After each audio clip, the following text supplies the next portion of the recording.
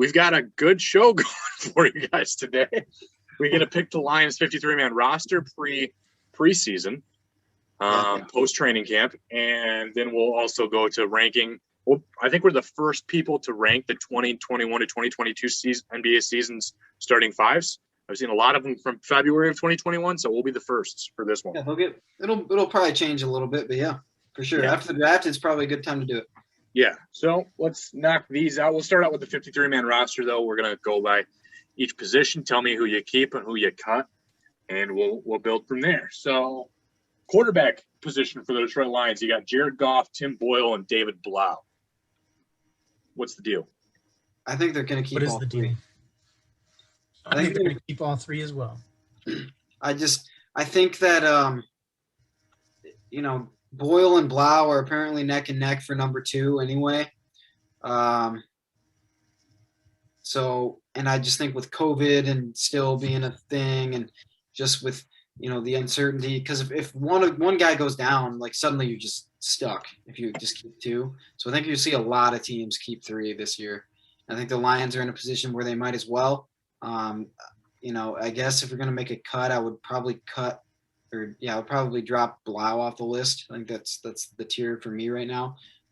But he's also been around, so it wouldn't surprise me if they decided to go the other way around. But obviously, I just think it just makes most sense just from a pure roster composition standpoint and from a pure just covering your own rear end. So you're not playing a receiver at quarterback next year, like the Broncos, to keep 3. And I don't think there's any other position. I mean, there's other places you could add another guy when we can kind of get into that later, but I don't think there's anywhere else glaring enough to where like you need this guy on the roster. So you cut the QB instead. Yeah, I agree with I think Boyle is better, but the thing with Blau is obviously the prior starting game experience with Detroit Lions. Yep. So I think I don't know if that matters anymore though, because with the new coaching staff.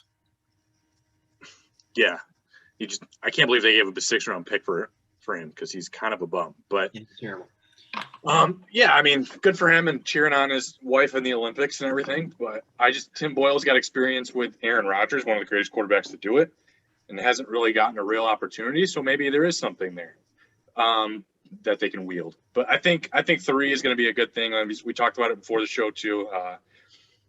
If they put one of those guys on a practice squad, they're probably getting snatched. So that's the other thing to consider. So definitely. Well, I mean, 2 guys with experience. I think they'll get taken by some team that's in need. Mm-hmm. All right. So you agree on that? We're all going with 3 quarterbacks on this. Yes. Okay. Cool. Well, there are 5 running backs. 6 if you want to put the fullback in with it. So that I added the fullback. You got DeAndre Swift, Jamal Williams, Jamar Jefferson, Dedrick Mills, Michael Warren, and then you can put the fullback in there with Jason Kabinda. Yeah. Yeah, I have them only keeping Jason Kabinda out of that entire group. I would love to see him get the ball 29 times a game. That'd be amazing. Yeah. Monster. Gonna change. So I kept Swift, Williams, and Jefferson, and then Kabinda. If we're talking about the fullback, but just those 3, I think 3 is enough. I think gives all these guys chance to show what they're, especially for Williams being on a new team and Jefferson being a rookie. We kind of know what Swift can do. It's just, can he get better? But it gives all those guys ample opportunity to share the ball without there. I don't like 4 people in the running back room. Like if you're trying to get them touches every single game, I think 2 is best if you have like 2 premier guys, but 3 is like, if you don't have that every single down back, and I don't know, like as far as how they've drafted and how they signed Williams, like I don't think they are going to do that with Swift where they're going to run him like Derrick Henry. But I think those 3 guys is a good rotation, and they can get enough touches to show what they're worth. Yeah, I mean, if you're going to put Kabinda in there, I would agree with that 100%. I think it's going to be those 3 for sure. And I'm going to go with Kabinda there.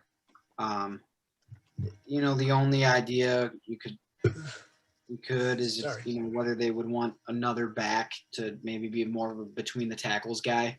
But I think Kabinda can play a bunch of special teams too, so I think he's going to definitely make the roster. He can even be your 10th string linebacker if you really need Yeah, to. I mean he's just really versatile, and that's something that you can use. And safety. So also, Dan Campbell's talked about how he likes Jason Kabinda, so He's a kneecap biter for sure. Yeah. And then by all accounts, Jefferson's had actually a really good start to camp. So I think, and he's been a great pass protector, which is going to help him to be more of a third down guy because he can definitely catch passes. And then I think the idea is let's not kill Swift. He's obviously going to be the feature, I think, but he's had injury issues in his past. Let's keep him as healthy as possible. And, he's a guy that you can use to really like exploit matchups and, use him out of the backfield as a receiver. And that's something that this staff has done in the past. So maybe you'll see him using multiple backs at once with different skill sets. So I think keeping 3 is going to give him a good chance to do that. And honestly, like that's not a bad running back room. And I think, from a skill position standpoint, it's you'd rather have you'd rather keep those three running backs to maybe help out your bad wide receiver room, which we'll get to.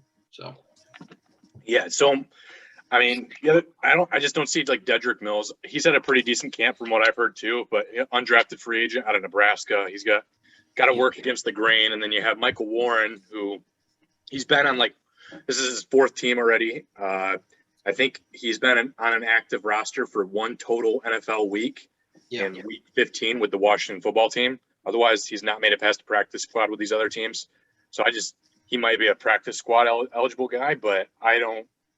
And I kind of think they would keep a running back on the practice squad, especially because I still think they have the practice squad expanded. I think they do from last year. So yeah. But yeah, Jamal Williams has been a fan favorite.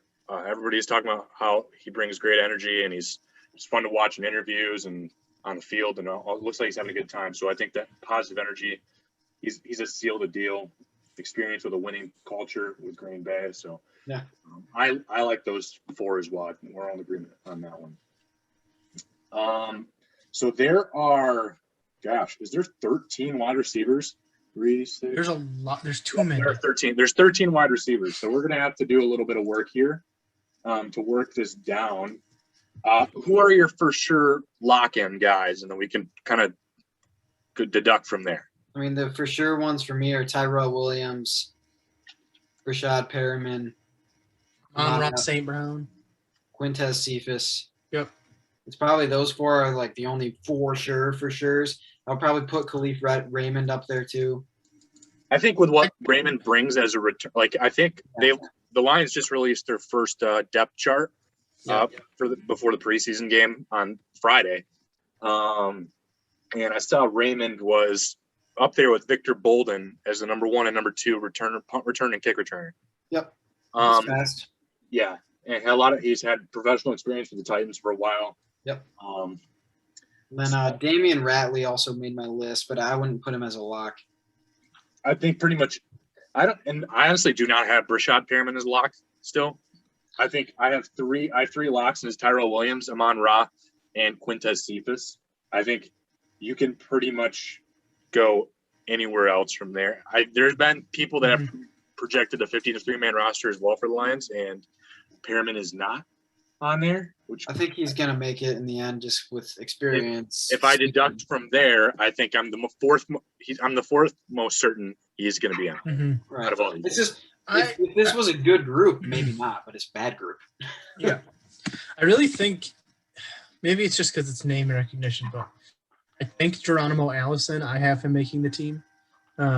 He's just been around and he's been on successful offenses in Green Bay. He has found a way to be a contributor on a good offense. So I feel like he would find his way to come up to the top of this group, and maybe not the top, but at least rise from the random names of people you've never heard of and that will never be on more than a practice squad.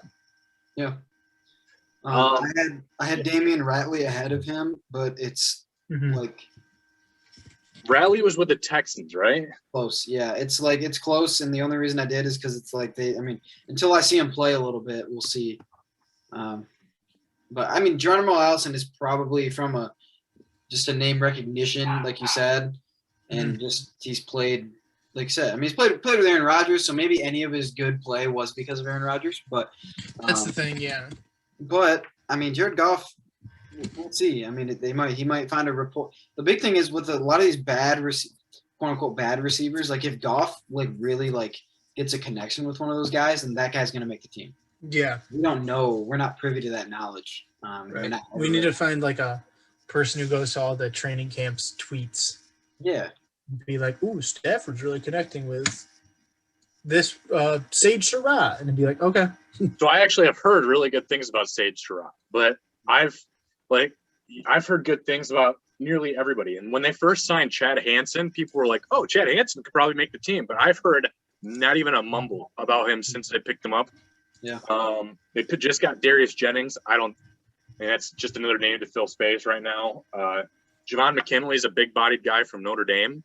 Yep. So I know that they kind of liked him for a little bit. But Tom Kennedy is now on the Lions squad or practice squad for the third straight year. So maybe he's a former lacrosse player. So who knows if he makes that. I think the idea is they're filling this team with wide receiver bodies, hoping one of those guys breaks out and they find maybe catch a flyer on somebody. Because they are, I mean, this is not a good group. I mean, if we're being completely honest, it's a terrible wide receiver room. Yes. So, and we ranked them, 32? Did we rank them 32? Close. 31. You didn't want him. I think you picked the 31. You're like, I'm not going to make him last. So. Not that it really matters. I know. So not a good group. So I've got 5 that I think we all can kind of be in agreement on. Mm-hmm. And that's the first 5 that I've listed on the email I sent you guys. Mm-hmm. But from there, do we think they're keeping 6? I think they're going to keep 6. Just because if one guy goes down, you got to have 6. I think the battle there, I'm pretty much jumping Hansen out. I don't think Kennedy is going to make it through another year. Javon McKinley, Darius Jennings. So I think that 6th spot has to go between Ratley, Surratt, and Victor Bolden. Yep. That's who I'm hearing the most about. And I personally like Surratt. I gave it to Ratley for now, but I like Surratt a lot. So I wouldn't. It's a barely thing. So I read on like Nick Baumgartner had an article and he was just like, yeah, like Ratley needs a big week in order to really make himself like known, and like pretty much any of the receivers past the top 3 are not really doing anything to make themselves known right now. So yeah, which is about what I figured. I'm leaning closer to Victor Bolden, to be honest, just again with being that other option in the return game. Sure. But like Geronimo Allison's another guy that I think we can talk about. He was on the COVID list all last year and opted out, due to COVID. Yep. So the Lions obviously kept him around on that contract for a reason. Mm-hmm. So like I said, there's 3 or 4 guys there that we can put for this 6th spot, but let's have someone make that pick. I was gonna say I think we're all in agreement at least that there will be 6. Mm-hmm. Like at least that way we can all agree on like the rest of the people left, because I think there will be 6. It's just I have no idea. I mean, I'm cool with giving it to Geronimo Allison. I think like Joel said, there's a reason that he's still on the team. I've heard not much about him though this preseason. I mean, not either. So, I've heard between those 4 guys. I mean, obviously Ratley has NFL experience as well with like the Browns and the Texans too. Yeah. And so I think that could come into play as well. I've heard way more on Surratt and Bolden between those guys, but that doesn't always mean anything. But it's just because they're also undrafted and they're not really initially on the radar. At some point, right. Ratley and Allison were on the radar because they've played in the NFL level before. Mm-hmm. Right. Yeah. I'm cool with giving it to Allison though, based off of pure experience. For now. Okay. I'll go with it. Yep, we'll do that. It would not surprise me if it was somebody else. And yeah, like I said, those 4 guys I'll put just in parentheses, but we'll go with Allison for the final 6. For tight end, how many do you guys? I mean, again, they loaded up on tight ends. They just got rid of Ohio State's Jake Hausman. They just cut him the other day, so they have 6 now. I have 3. 3. I think it's going to be. I have TJ, Darren Fells, and Alize Mack. Alize. Yeah, Alize. I think it's Alize, man. TJ to Alize, I think is who I got. But the most recent depth chart has Brock Wright as the number 4. There's also Charlie Tomapo or whatever. I've heard about him too. I've heard he's apparently a really good blocker. Yeah. So he started out as a tryout player too. They brought him in on tryouts initially. Yep. He apparently had a really good camp. I think Thetford's for sure out.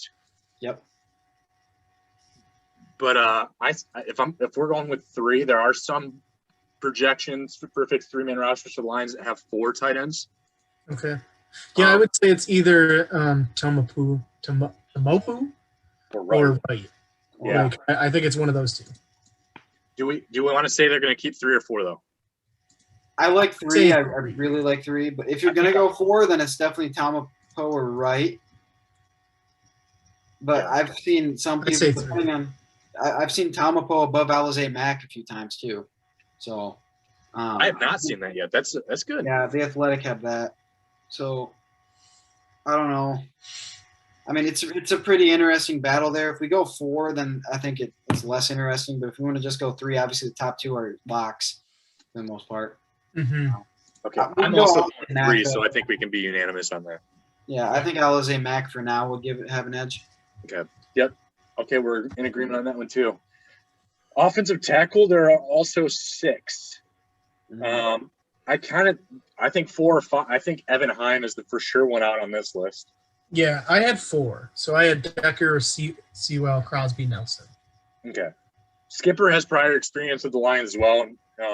Yep. But obviously, Jeff Risdon talked about it even the last time he was on and said Matt Nelson has a huge connection with this Lions infrastructure.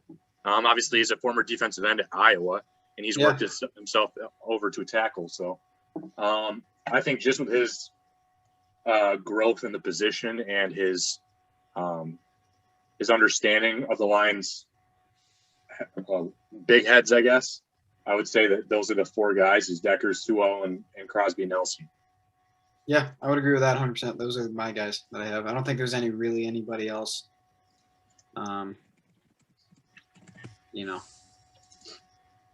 On there for tackle that I would consider. You got a couple swing guys in there. You mean Crosby could kick down. You got some guys that provide depth. I think that makes sense. All right. And then interior offensive lineman. Ragnow, Vaitai, Jackson. Jonah Jackson. I want to think Stenberg sticks around because he hasn't really gotten an opportunity. I like it, but they also brought in Evan Boehm this week, or last week, I should say. Yeah, and it's going to depend. I think Evan Brown and Darren Paulo are off. I've heard good things about Tommy Kramer as well. Yeah, so the Lions they need one of these guys to be able to play center because they don't have anybody beyond Ragnow that really plays center right now. Mm-hmm. So I know Evan Boehm played center, so I think that's why part of the reason why they brought him in. Evan Brown can also play center and guard, but I don't think they want Evan Brown on this roster long term. They waived Drake Jackson. Yeah, that was a former center from Kentucky. Yep. So I mean Stenberg, that could be good news for him, but he's been bad. I know he hasn't been much of a chance, but there's been no good news with him. So yeah. I don't know. Right now I had Boehm actually there just because I feel like they brought him in for a reason, but that could just be something where Stenberg actually gets a shot this time. So let me count how many offensive players we have so far. We have 3, 6, 7, 13, 16, and then we have we're at 20 after offensive tackles. So how many out of 53 plus special teams do you want to give the offense here? So are they keeping 4 or 5 interior linemen? I'm going to keep 1, 2. I think they might go with 5. 3. Okay. I think they go 4. 4 and 4. I only have 4, but I do have an extra 53rd man that I did not put on my list, so we could make it 5. Maybe we might have to circle back to him if the math doesn't check out later. But yeah, I mean, I have in my opinion, I have Boehm instead of Stenberg, but they got, Ragnow, Vaitai, was it Jackson, and then Boehm. That's who I have for sure, but. Boehm's the one that's up in the air because that could be Stenberg. I think Boehm's in regardless. In my opinion, I have Boehm on mine, but I also think that it's like I'm leaning towards they might have 5 interior linemen. Yeah, if they have 5, then you probably have Stenberg on there. Or I think Kramer can make a surprise. I agree with you. I've not heard anything positive about Stenberg other than when he first was drafted out of Kentucky in the 4th round under Jackson. People were like, he has a lot of fire and energy, and I'm like, who cares if he can't block? Can't block anybody, you stink. Yeah. So but, again, they need a backup center right now, so that's why. I mean, let's just pray Ragnow doesn't get hurt. Okay. Yeah, we'll check out after we do our defense and special teams counts how it gets to 53. But from there, let's go with defensive end. They now only have 5 defensive ends on their 90-man roster.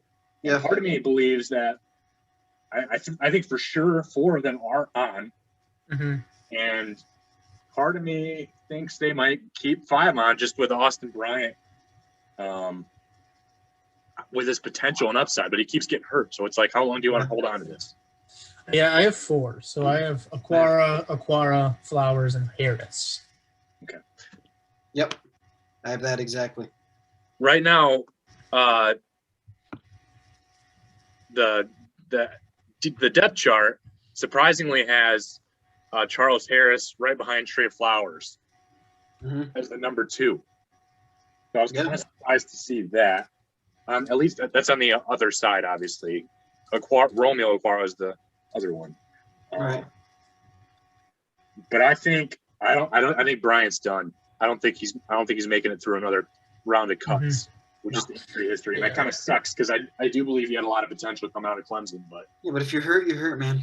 Yeah. So we'll go with the Aquara brothers, Flowers, and Charles Harris. Yep, I think that's pretty safe, honestly. Yeah.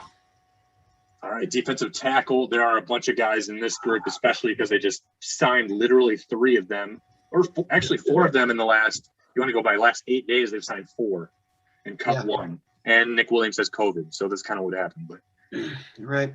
All accounts, Onwuzurike looks like a bust. Yeah, we'll see. But there have not been good reports on him so far. I think obviously he's going to make the team. But yeah, he's going to make it. But Aleem McNeil, I've heard, has done well. Yep. So we've got, for me, I've got Brockers, Aleem McNeil, Onwuzurike, I think Deshaun Hand, and then I have Nick Williams, even though he has COVID. Okay. So Penasini's out. Yeah, he's out for me. See, I had him. So I had everybody that you said, including Penasini. So you keeping Deshaun Hand too? Yeah, I had 1, 2, 3, 4, 5, 6. I had 6. You had 6. Okay. So I had Brockers, Onwuzurike, McNeil, Penasini, Hand, Williams.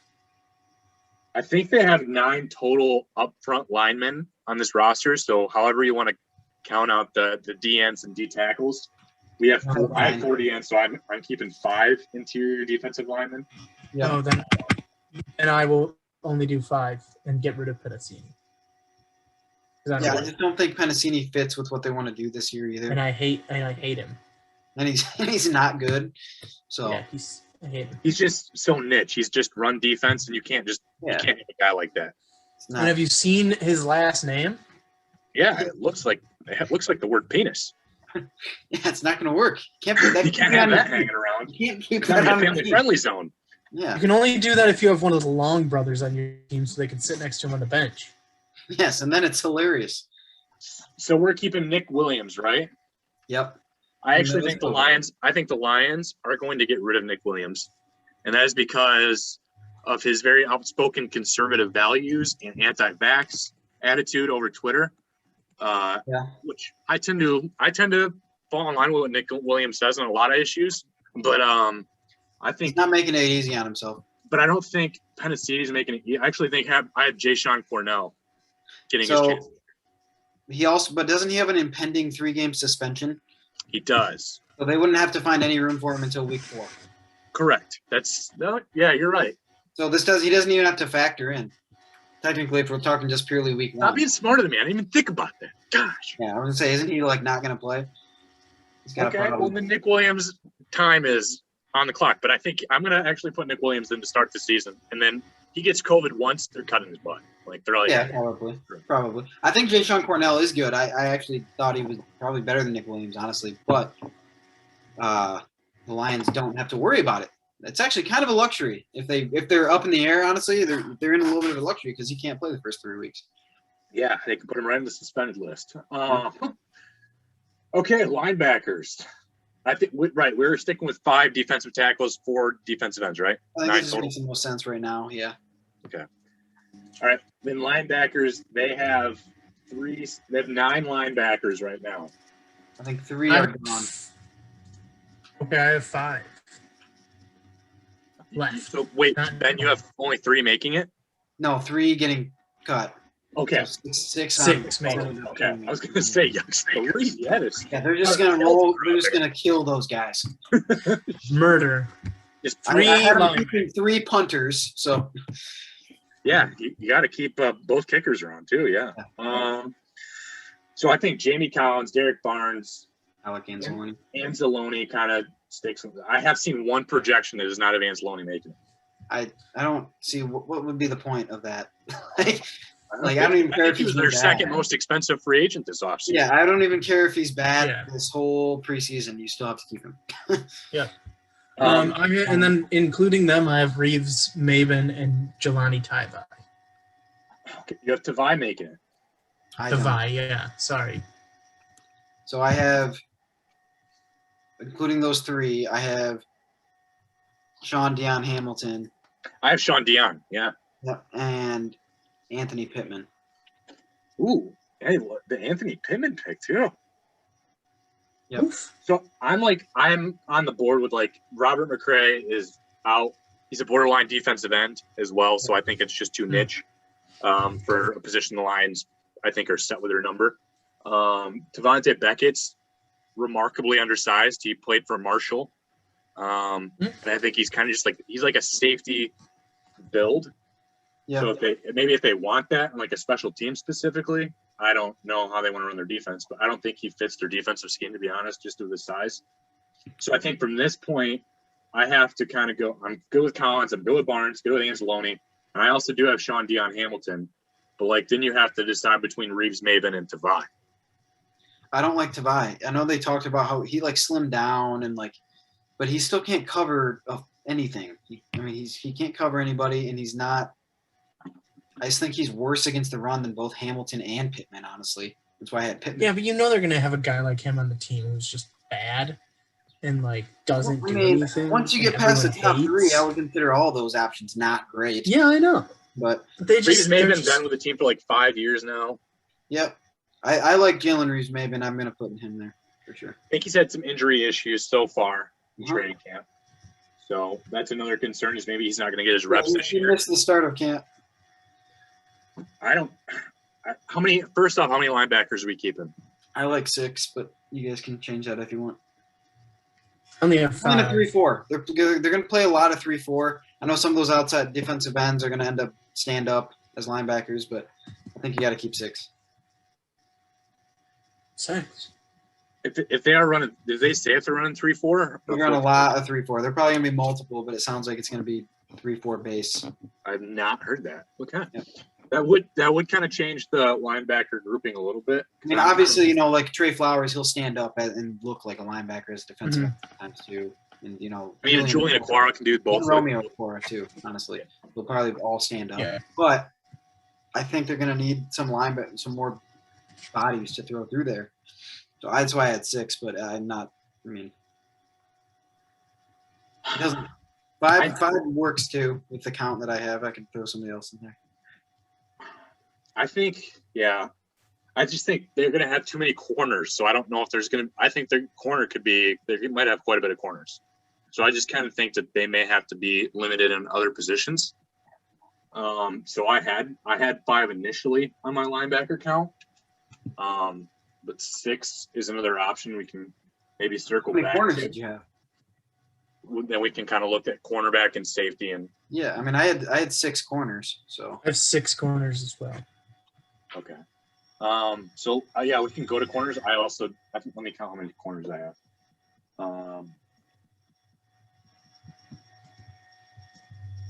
I have 7 corners. Okay, so yeah, Oh my goodness. I mean, yeah. Then But we can, I guess, yeah. Let me hear your 7. thoughts on who you want corner here. I think Jeff Okudah's done. Cut. He got in a fight, so they're not keeping him. No, bad attitude. Yeah, And he got hurdled by a rookie. Trash. Yeah, okay, like, hey man, he got in a fight, but like, woof, it's probably why he got in a fight. It wasn't the same guy. Amon Ra. So I think it's going to be Jeff Okudah, Uruwarie, Quentin Dunbar, Ellen Fonwu, Mike Ford. I think Ford's in. Roby Coleman. Yep. And then the question is, do you add another one? And if it did, it'd be Jerry Jacobs for me. I do like Jerry Jacobs. I'm hearing a lot of good things about Jerry Jacobs, and that's kind of where this jumps out at.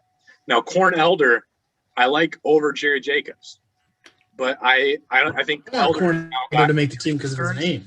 I think that's why they signed Roby Coleman, so I don't think they need Corn Elder anymore. No. Corn Elder? From the Panthers. He was a starter with the Panthers, but yeah, it's the best name I've heard in a long time. Mm-hmm. Yeah. So I think just because they signed Roby Coleman, I think that does open an opportunity for Jerry Jacobs, who's had a very good training camp and rookie mini camp. Yeah. I mean, it also sounds like Elder's hurt. So I didn't know if they put him on an official off list yet. He's been missing practice. He's got a hamstring problem. Dunbar hasn't been there for because of a personal issue, according to Dan Campbell. So we'll see what that means. Okay. So that's why I did initially on my 7, and I kind of forgot to take off Corn Elder, but I have as my 8th corner, I have Jerry Jacobs. So I think I like Jacobs. I just think, he's more physical.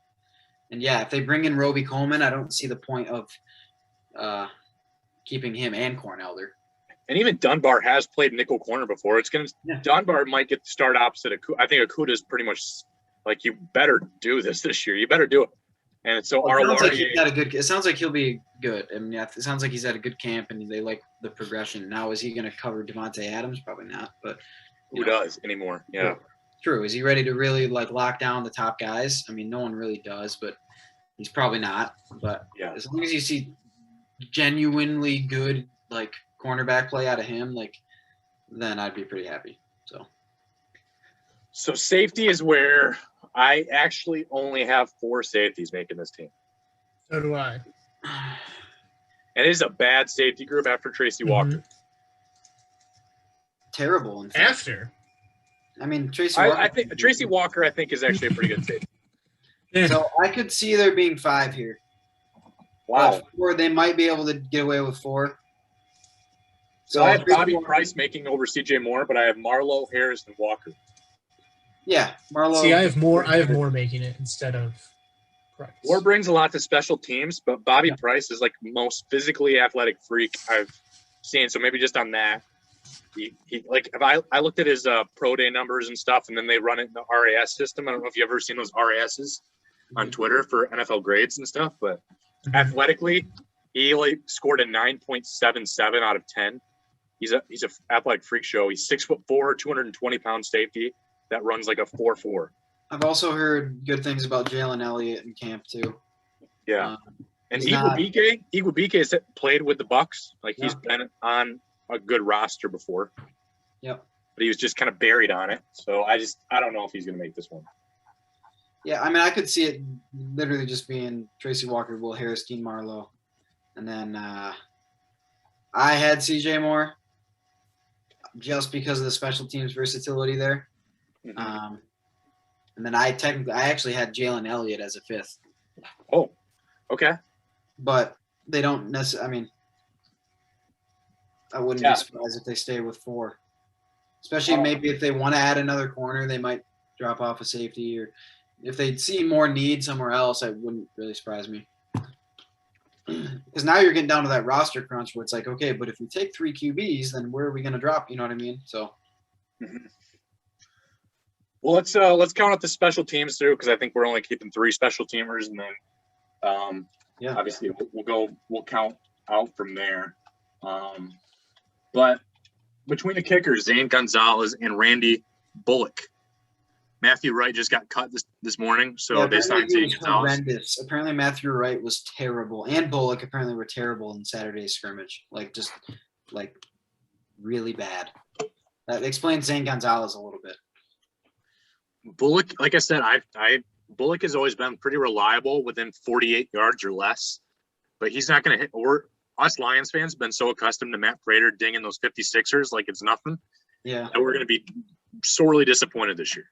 Yeah, I do think it's going to be obviously Jake Fox, Don Muehlbach at long snapper, and then I am going to just say Zane Gonzalez. I had Bullock, but I'm just going to say Zane Gonzalez because he's had success in Arizona. He also missed some really bad kicks, and there's a story. So the pitching coach when I was playing for the Growlers, his name's Zane Gonzalez, and everybody was tweeting at him when Zane Gonzalez like missed this like easy game winning like 28-yard field goal and he like missed it by a mile. So they're tweeting at Zane Gonzalez like he had thousands of people just like cursing at him on Twitter, and finally he like tweeted out, he's like, guys, I'm not that guy. That reminds me of like, you remember Jim Costa with Big Drew and Jim? Yeah. Like he was always getting tweeted at when Jim Acosta was constantly from CNN, like yelling at like Donald Trump, like all the Trump supporters would be like on Jim Costa's butt, like saying, all you do is care about your liberal agenda. And he's like, I work in sports. Yeah. It's not the same guy, guys. So we have 3 special teamers. Let me break out my giant calculator here and count some of these out. Got this bad boy. And then we counted 3, 6, 7, 13, 16, 20. As of now, we have 24 for sures with the 27 for sures with the offense and special teams. So that would technically give us 26 to work with on defense, or we can make it 27 and 25. Kind of depends. Who do you think is the most like? So let's start with defense. Are we feeling pretty good about these other defensive players that we can rule out, like Stenberg and Kramer, and just keep it at 4 interior linemen? I like keeping it at 4. I think Stenberg is terrible. So Okay with that. I will be at peace with keeping it at 4. So essentially that means we need 26 defensive players, and right now we are at 24 defensive players. So we can get 2 more defensive players in there on the borderline positions, was linebacker, corner, and safety. So we have to argue essentially 2 more players out of the group of Tavai, Reeves-Maben, Pittman, Elder, Jacobs, Bobby Price, Jalen Elliott. So those are like the 7, and we have to come down with 2 out of those names. Tavai, Reeves-Maben, Pittman. Elder, I think Elder I'm good with scrubbing. Yep. There's no point in having him there if you're going to have Roby Coleman. Yeah. So we can go down to 6. And then Bobby Price and Jalen Elliott are kind of like if you want to have 5 safeties. But it's going to depend. I can't imagine having 5 safeties and 7 corners. I don't think you need 12 people in the secondary. Yeah. I mean, yeah. So would you rather have those 5 safeties or 6 or 7 corners pretty much? It's pretty much Jerry Jacobs. Personally, I would rather have 5 safeties just because for a pure body standpoint, I think even if Tracy Walker, let's say, got hurt, or even Will Harris, if he got hurt, like you're suddenly like really, I mean, they have depth problems in the back end period. They're going to, it's just not really anything they can do about it. But, and if they have anybody that, the problem is they don't have any swing guys. I mean, Melanfanu is the closest thing to it, where you got guys that can maybe even play both, but they don't have any of those on this team other than Melanfanu, and I would consider him a corner probably still. So yeah, that's tough. For me it's between I like Bobby Price over Jalen Elliott, but I think they're almost kind of like the same, one of the same. So you pretty much have to choose between one of those two safeties and Jerry Jacobs. I mean, I would take Jerry Jacobs above that. I think I would too. What are you Let's thinking, do Isaac? it. Sure thing, man. Jerry Jacobs. I think he's physical. He's a good actually run defender, which they like.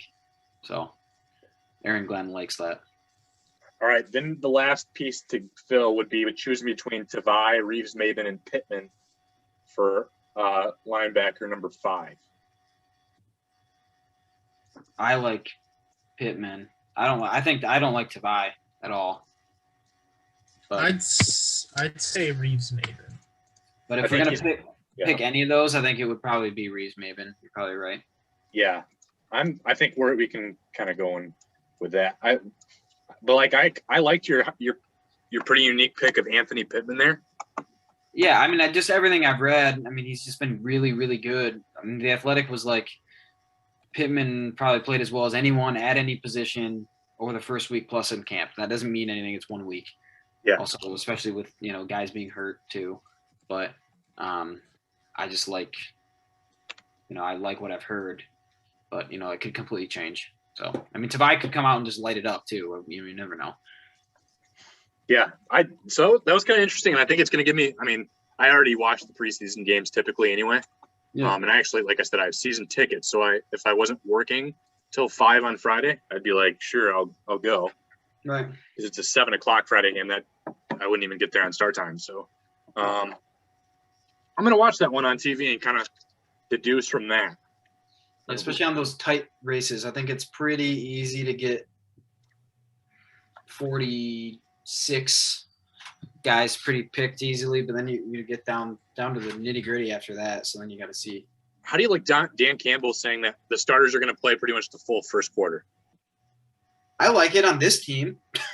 I mean, this team is the difference between the starters and the backups on this team is much less than some other teams. So they actually need to figure some things out. Mm-hmm. I think that's the reason behind a lot of it. I kind of agreed with it. And like you're trying to coax and develop an attitude on this team of like hard work and change culture, and he talks about all that. And I don't think letting the ones play one series and then just sitting down on the bench is going to really do that. I'm not saying he needs to go out there and be stupid and expose Jared Goff to hits left and right, and he's not going to do that. But let's play football and let's go out there and actually like figure out who we are and how we're going to look. So that's what I would say. Yeah, that I expect a 14-0 lead after the first quarter. Right. Probably. The lines are always super amazing in the preseason. It's just that'll be the only 14-point lead they have on here. Death taxes and lines being undefeated in the preseason. Like that's the certain things in life. Yeah, I mean, yeah. Shoot. And then